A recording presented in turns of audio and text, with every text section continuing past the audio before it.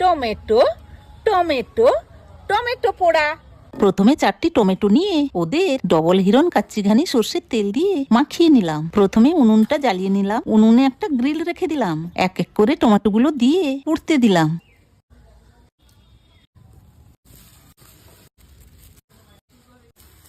ভালোভাবে টমেটো পোড়া হয়ে গেলে তুলে নিলাম এবং কয়েকটা লঙ্কা পুড়িয়ে নিলাম। লঙ্কাগুলো বেছে টমেটোর খোসাগুলো এক এক করে ছাড়িয়ে নিলাম। এবার সমস্ত টমেটোগুলো ভালো করে মেখে নিলাম।